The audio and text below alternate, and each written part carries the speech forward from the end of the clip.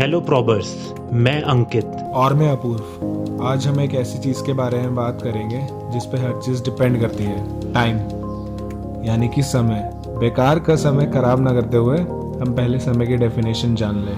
लगातार चलने वाली प्रोग्रेस जो हमेशा से चलती आ रही है और चलती रहेगी, मतलब पास्ट में, प्रेजेंट में और फ्यूचर में, और उसे वापस नहीं किया जा सकता, उसे हम समय कहते हैं। हाँ, हम आज उसी के बारे में बात करेंगे जिसको कई लोगों ने महाभारत टीवी सीरियल में देखा है, यानी कि समय।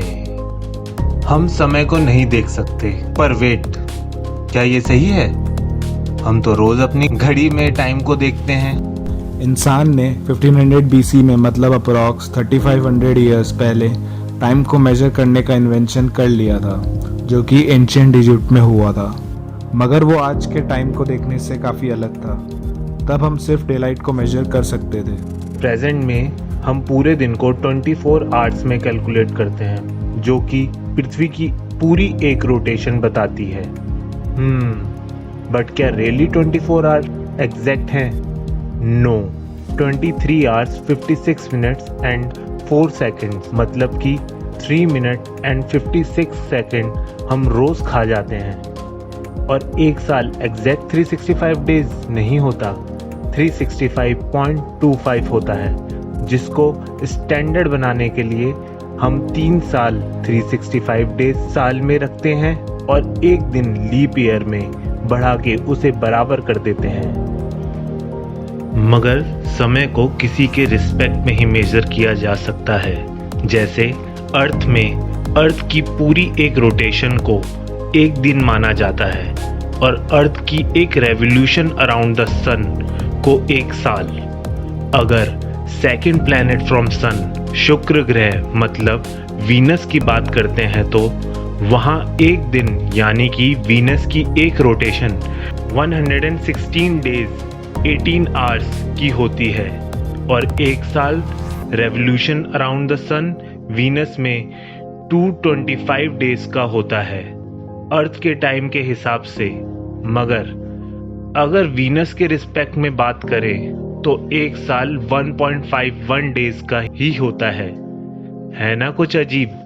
और अगर हम fifth planet from sun, Brihaspati ग्रह जुपिटर की बात करें तो वहाँ एक दिन मतलब जुपिटर की एक रोटेशन 10 घंटे की ही होती है और एक साल revolution around the sun Jupiter का 4330 डेज यानी कि 12 इयर्स अर्थ के हिसाब से।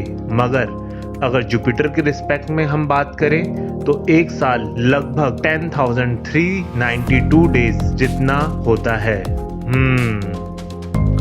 इंसान अब मार्स जाने की सोच रहा है और वहां पर कॉलोनी बसाएगा।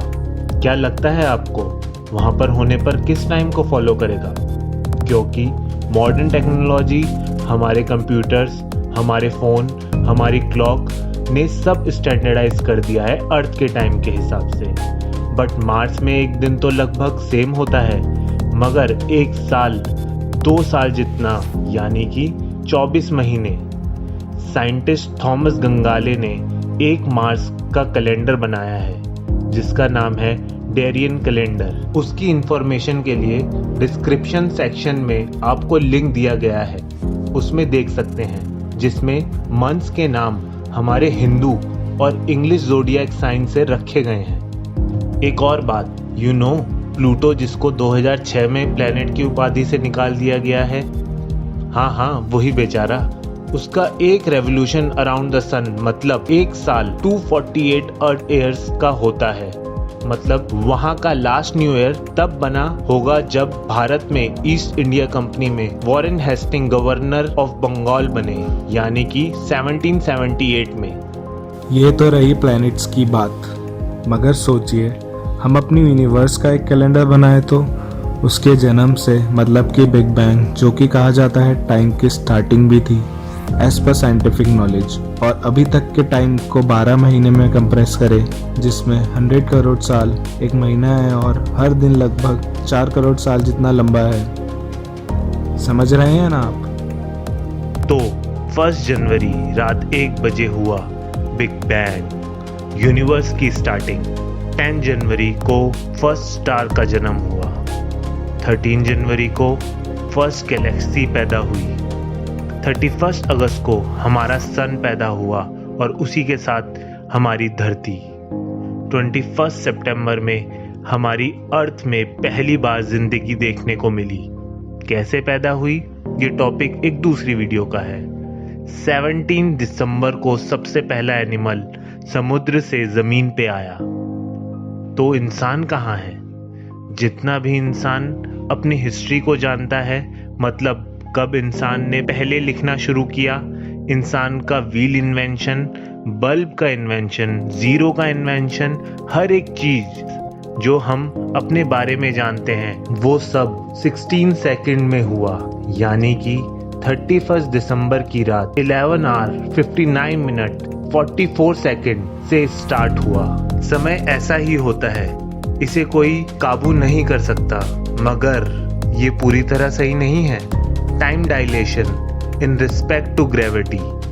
एल्बर्ट आइंस्टाइन की थ्योरी ऑफ रिलेटिविटी के मुताबिक जहाँ ग्रेविटेशन फोर्स स्ट्रॉन्ग होती है वहाँ टाइम स्लो हो जाता है।